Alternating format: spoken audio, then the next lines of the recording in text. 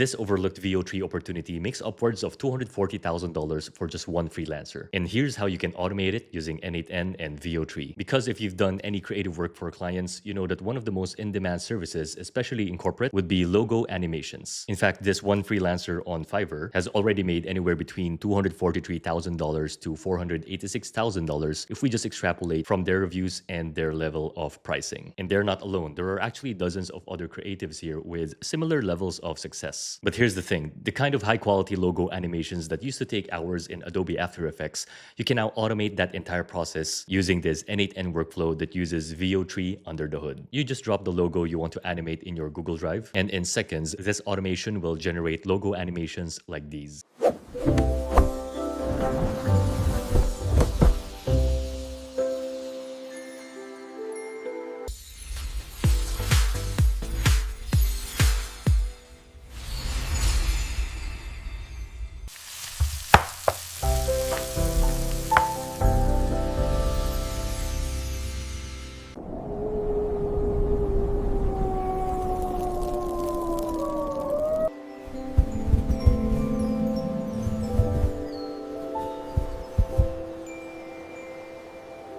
And the best part is, you don't even need to know how to code in order to set this up. We're in the age of AI where anyone can do this, regardless if you have a technical background or not. So if you have the time, invest it to learn this very valuable skill because it will give you an extremely good competitive edge, especially if you want to start earning with AI. Hey guys, if you're new here, my name is Jay. We run Robo Labs, where we help brands and mostly content businesses use AI in smart and meaningful ways. And I also founded the RoboNuggets community. It's a great group of AI builders and creators. We have hundreds of members now who are all located across the globe. And here, our whole goal is to make creating with AI simple and easy to apply, regardless whether you have a technical background or not. In fact, to make this as easy as possible, I've uploaded this template as well as all the resources you need to set this up in the link below. And along with that template, I'll also include this quick setup video where I basically uploaded this template and configured it in a new n8n fresh instance so that if you're a beginner, you can set this up in the shortest time possible as well. So as I mentioned in the beginning, logo animations have always been an in-demand creative service, especially for corporate brands. In fact, if you go to Fiverr and just search for logo animations here, you'll see dozens of creators offering this at $10, $30, even $50 price points. So if you take one example, this freelancer, Akil, already has 9,000 plus reviews, which if we just take a screenshot of his listing and put it to ChatGPT, you can actually triangulate how much he is earning just based on the reviews that he has, the minimum price that he is offering this, which is $10.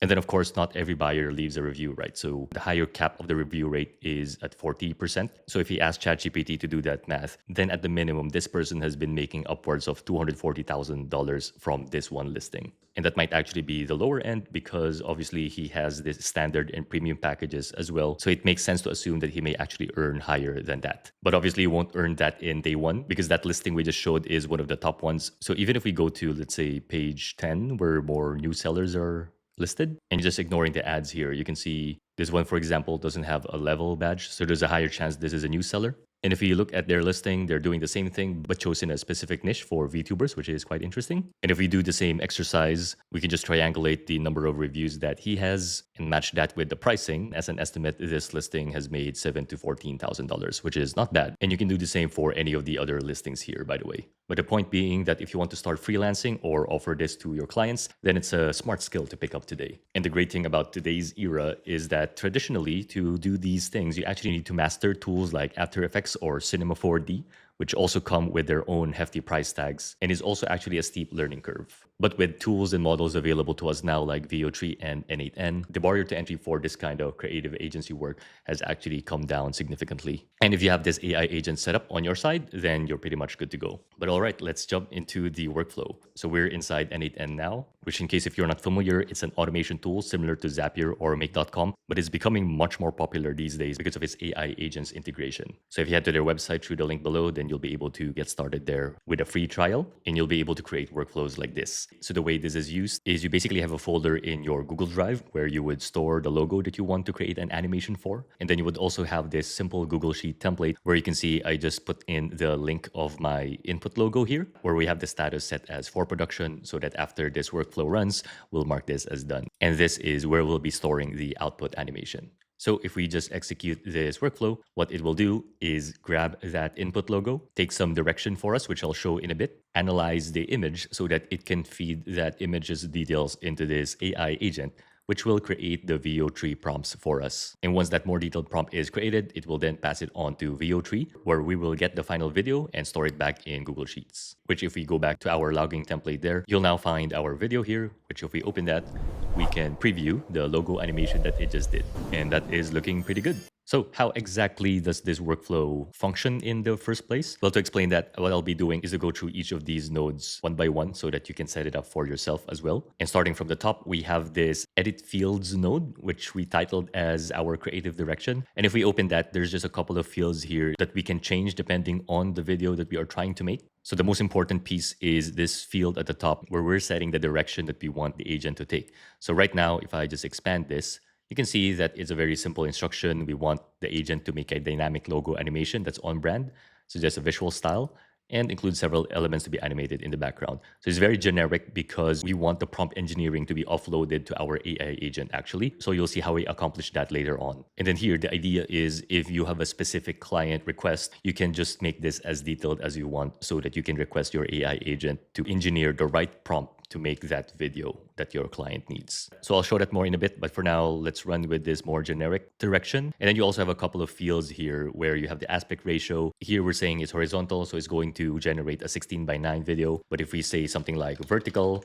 or portrait, it will result to a 9:16 video. And then same with the model here, the options are either Veo3 Fast or Veo3 Quality. The main difference is Veo3 Fast is much cheaper. With this integration, it's only 40 cents per video. Whereas if you use Veo3 Quality, that will be 5 times more expensive. So it's $2. Still pretty cheap, all things considered. And that pricing may still well come down as time progresses. But right now, I'd say Veo3 would be the best model to use for this kind of work. And then we have the dialogue where, again, you can just input here any free text. If you want the dialogue to be something specific. So for example, since we are doing the Udi brand, let's say something like cloud-like comfort always. Then this dialogue will be passed on to our AI agent so that we can direct Veo3 to create that dialogue along with the video animation. In fact, let's test this out. So for the aspect ratio, I will set it as vertical. And for the model, let's set it as Veo3. So if I execute this step, what that will just do is provide the creative direction here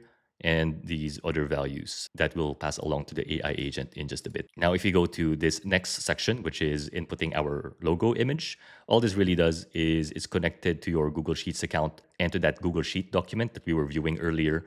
And what it is getting is the next row where the status is for production. So in order to run this, let's just copy this in, set this as for production.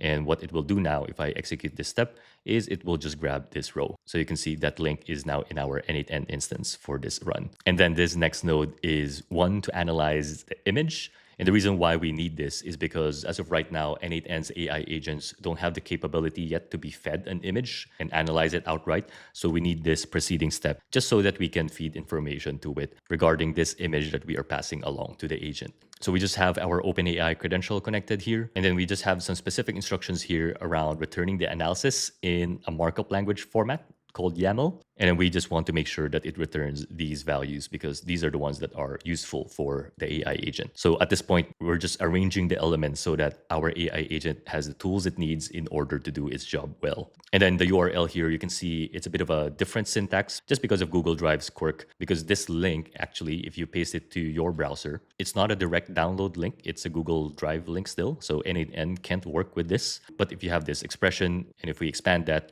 what that will do is return to you this download ID, which now if you copy that, paste it to any browser, that just downloaded that image for us, which means that n8n can download it as well. So we've already executed this step. What it basically did is give us this analysis content, which is what we need. So now we can feed this corpus of text into our AI agent. And if you go to the table view, you'll see that in more detail, it includes the color scheme, what the brand name is, and all of that good stuff. So now everything is ready for our AI agent. And this is where bulk of the setup time is actually for this workflow. Because if I open that, if you're new to AI agents, there's basically two elements that are most important here. One is this user prompt section, which is sort of like the message that you send to ChatGPT.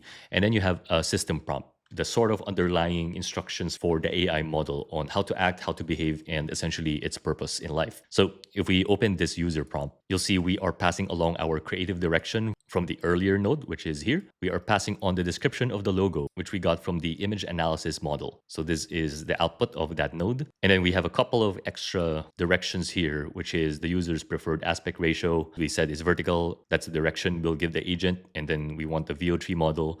And then we want the preferred dialog script to be cloud-like comfort always. And then we just have a blurb here around using the think tool to double check your output, which is just good practice to have. And then the core of why this agent works so well is this system message. So if I open that, this is quite a detailed system message, which you can just read through in your own time, but it follows the agent framework, which we talked about in a previous video. But just to go through some of the key principles here, we have an underlying ask of what we really need from this agent. And then we have some guidance around what the aspect ratio should be, what the video model attributes should be, and so on. And then we just provided it with a good example here of what a prompt should look like. And this looks messy because it actually adopts the new principle of using a JSON prompt or a JavaScript object notation prompt when creating the prompts for Veo3, which is just a more structured way that the model understands in terms of what the overall style is, what happens for the first 2 seconds, for example, what the camera should be, and a couple more things which we'll see once we execute this workflow. So if we do that now, what it's now doing is take all of those inputs that we neatly prepared for it,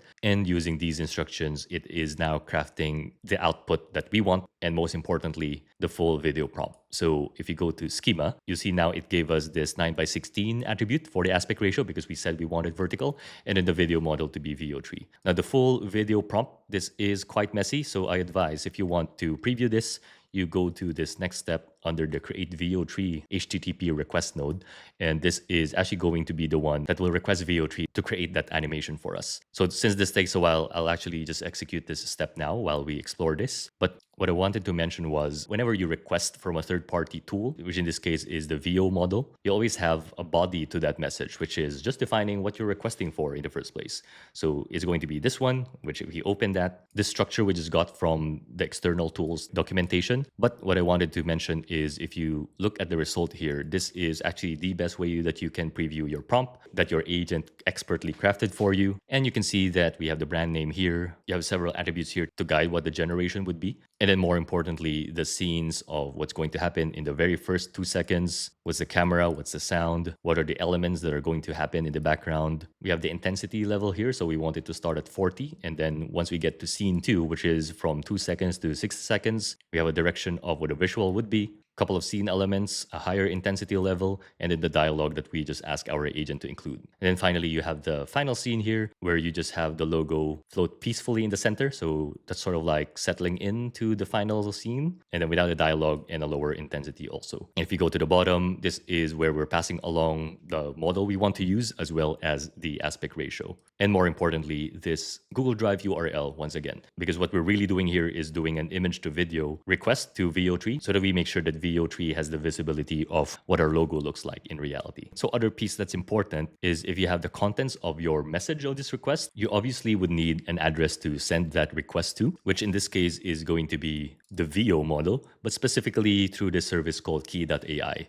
So if you go to key.ai, it's basically an AI model aggregator. So you can see they have a lot of models here. But at least from the time of this recording, I believe they have the cheapest implementation of Veo3. So they're like 95% cheaper versus other model aggregators like File AI or Replicate. But if you go to our dashboard here and go to the logs and look for Veo3, this is where you'll find the generation running and where we just need to wait until this becomes a success. Which is why if we go back to our workflow, we have a wait node here. And if you open that, we are literally waiting for 250 seconds for that generation to run. So if we execute this step, what's basically happening is we are literally just counting down from 250 seconds. So once that's done, and if we check back in our key AI logs, that generation has now been successful. What we can do is open up this get Veo3 node where its purpose is to just get the video from key AI servers right here in this URL. And then the only setup we have here is we're providing the task ID, which is mapped to this unique ID that key.ai assigned to us when we made that request. So when we execute this step, it will just look for this specific task. And now once we have this, you can see if we go to schema, that we have an MP4 file here in our result URL. So if we copy that, we can actually preview it already. So let's just play that. Cloud-like comfort, always. So that's looking pretty good and pretty on brand. And this is the Udi's website, just so you can compare. And so now the final step is just for us to store that output. So we just have a simple Google Sheet node here where we are going to update the row. So all we really have here is we are directing n8n to update this ID specifically because we have ID number 2. And so we're just mapping the value from our previous Google Sheet node, which is here. So just to show, we just dragged this ID into here and it was able to get the 2. And our instructions is to mark the status column as done and to have the output logo column store that URL that we just viewed. So if we execute this step, this should update for us in real time. And you can see it just did that. And you have the output logo here, which you can click and play as well. And the way that I see this workflow being used is it can actually sort of function as a mini application. So whenever you have a logo you need to animate, you just go in here and set your creative direction where you can fill in the fields here for a few seconds. And whenever you need to fill in long free text like this, usually I just default straight to ChatGPT because what's good about ChatGPT is that you can actually feed it images as your style reference. So if you just put in a screenshot there, and then also add in the logo that you want to animate, you can just dictate instructions to it like, hey, ChatGPT, can you create a prompt for me for a logo animation for the Udi, this brand, and make it in this style that I have attached? 1 paragraph only, and then that's much faster. It didn't really transcribe my text there that well, but I'm pretty sure that ChatGPT can understand what I'm saying. And there you go. You have like create a cozy, playful logo animation for the Udi. And then it just incorporated that wool felt background style that we have here. So now that's what you paste here. And that just easily lets you tweak the workflow to whatever that you need. And then if you want to make sure that your AI agent is outputting a correct prompt, what I usually do is just click the play button up until this AI agent node so that we can have the workflow stop here and we can double check its prompt before we pass it along to Veo3. So that's just a good way to save on credits. And now that that's done, we can just go to this Veo3 node and look for the output once again and just double check that, yes, it was able to understand that this is the style we want with the wool felted pastel colors. And then if you go down, we can also check if it executed the right model as well as the aspect ratio. So if you're all good with that, you can just finish this workflow by clicking on the play on the very last step. And with the video having finished, we can preview it here. That's looking pretty good. It even has a koala in there since this is an Australian brand.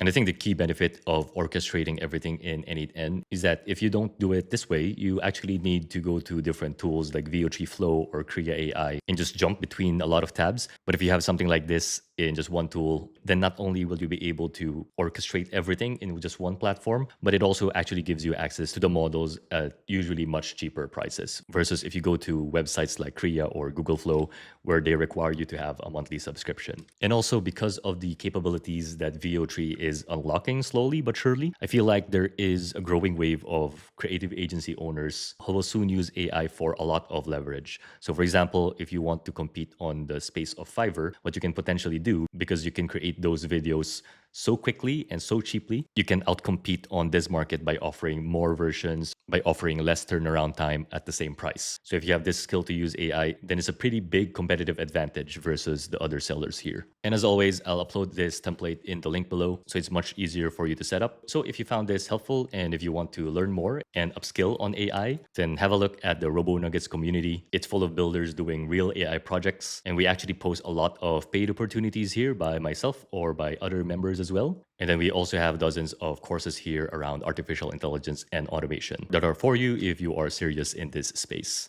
And we also occasionally hold masterclasses from industry experts like this one by Sabrina that's coming in middle of August. So check that out if that's for you. But that is it for this one. Hope you learned something new. See you guys in the next one. Thank you.